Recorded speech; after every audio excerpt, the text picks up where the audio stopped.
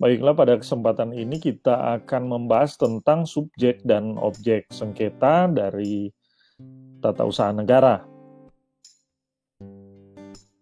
Pengertian sengketa tata usaha negara. Sengketa tata usaha negara adalah sengketa yang timbul dalam bidang tata usaha negara antara orang atau badan hukum perdata dengan badan atau pejabat tata usaha negara, baik di pusat maupun di daerah sebagai akibat dari dikeluarkannya keputusan tata usaha negara termasuk sengketa kepegawaian berdasarkan peraturan perundang-undangan yang berlaku. Bagaimana subjek yang bersengketa? Jadi subjek yang bersengketa ialah orang atau badan hukum privat pada satu pihak berhadapan dengan badan atau pejabat tata usaha negara di pihak lain. Sementara yang menjadi objek sengketa ialah keputusan yang dikeluarkan oleh badan atau pejabat tata usaha negara. Bagaimana pihak yang dapat mengajukan gugatan? Jadi pihak yang dapat mengajukan gugatan kita bisa mengacu dari pasal 53 Undang-Undang Nomor 5 Tahun 86. Di situ dijelaskan bahwa seseorang atau badan hukum perdata yang merasa kepentingannya dirugikan oleh suatu keputusan tata usaha negara dapat mengajukan gugatan tertulis kepada pengadilan yang berwenang berisi tuntutan agar keputusan tata usaha negara yang disengketakan itu dinyatakan batal atau tidak sah dengan atau tanpa disertai tuntutan ganti rugi dan atau rehabilitasi.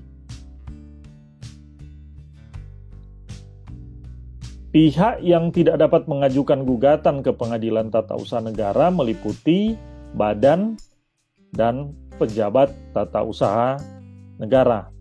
Jadi hanya orang atau badan hukum perdata yang kepentingannya terkena oleh akibat keputusan tata usaha negara yang dikeluarkan dan karenanya yang bersangkutan itu merasa dirugikan, dibolehkan menggugat keputusan tata usaha negara. Nah, perlu diperhatikan di sini ialah bahwa prinsip aksio popularis tidak dianut pada Undang-Undang Nomor 5 Tahun 1986 yang menyebabkan tidak semua orang memiliki hak untuk menggugat keputusan tata usaha negara. Aksio popularis sendiri adalah merupakan prinsip hukum bahwa setiap orang dapat menggugat atas nama kepentingan umum. Sementara prinsip yang demikian seperti yang sudah ditegaskan tadi bahwa prinsip aksio popularis ini tidak dikenal pada peradilan tata usaha negara. Bagaimana syarat untuk maju sendiri ke PT UN?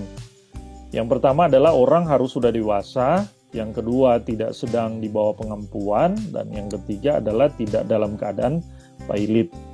Orang yang tidak memenuhi syarat demikian perlu diwakili oleh wakil yang sah.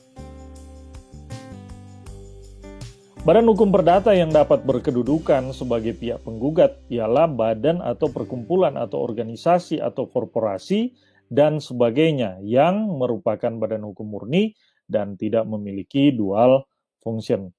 Demikian dikutip dari Riawan Chandra.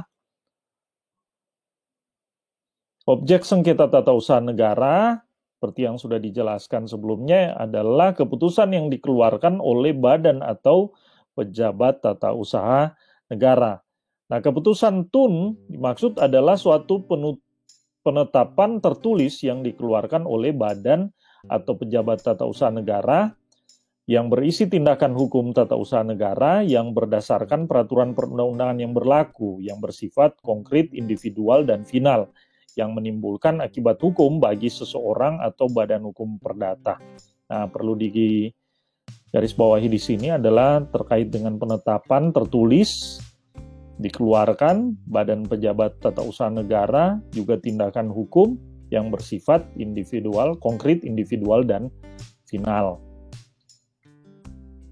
Unsur-unsur pengertian keputusan tata usaha negara yang pertama penetapan tertulis. Jadi istilah penetapan tertulis terutama menunjuk pada isi dan bukan kepada bentuk keputusan yang dikeluarkan oleh badan atau pejabat tata usaha negara. Keputusan itu memang diharuskan tertulis, namun yang disyaratkan tertulis bukanlah bentuk formalnya seperti keputusan pengangkatan dan sebagainya. Demikian dalam penjelasan Undang-Undang Nomor 5 Tahun 86. Yang kedua adalah dikeluarkan oleh badan atau pejabat tata usaha negara. Yang ketiga adalah berisi tindakan hukum tata usaha negara berdasar peraturan perundang-undangan. Yang keempat adalah sifatnya konkret, individual, dan final. Yang kelima adalah menimbulkan akibat hukum bagi seseorang atau badan hukum perdata. Batasan makna badan atau pejabat tata usaha negara dan tindakan tata usaha negara, yaitu yang pertama dulu adalah badan atau pejabat tata usaha negara adalah badan atau pejabat di pusat dan daerah yang melakukan kegiatan yang bersifat eksekutif. Tindakan hukum tata usaha negara adalah perbuatan hukum badan atau pejabat tata usaha negara yang bersumber pada suatu ketentuan hukum tata usaha negara yang dapat menimbulkan hak atau kewajiban pada orang lain.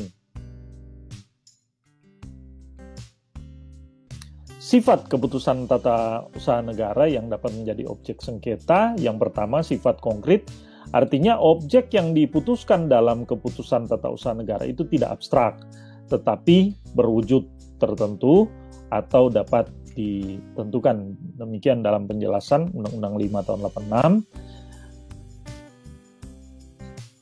Berikutnya adalah sifat individual. Artinya keputusan tata usaha negara itu tidak ditujukan untuk kepentingan umum, tetapi tertentu baik alamat maupun hal yang dituju. Kalau yang dituju itu lebih dari seorang, tiap-tiap nama orang yang terkena keputusan itu disebutkan. Umpamanya keputusan tentang perbuatan atau pelebaran jalan dengan lampiran yang menyebutkan nama-nama orang yang terkena keputusan tersebut. Demikian dalam penjelasan Undang-Undang 586. Sifat yang berikut adalah bersifat final, artinya sudah definitif dan karenanya dapat menimbulkan akibat hukum. Keputusan yang masih memerlukan persetujuan instansi atasan atau instansi lain belum bersifat final, karenanya belum dapat menimbulkan suatu hak atau kewajiban pada pihak yang bersangkutan. Demikian pembahasan kali ini, semoga bermanfaat.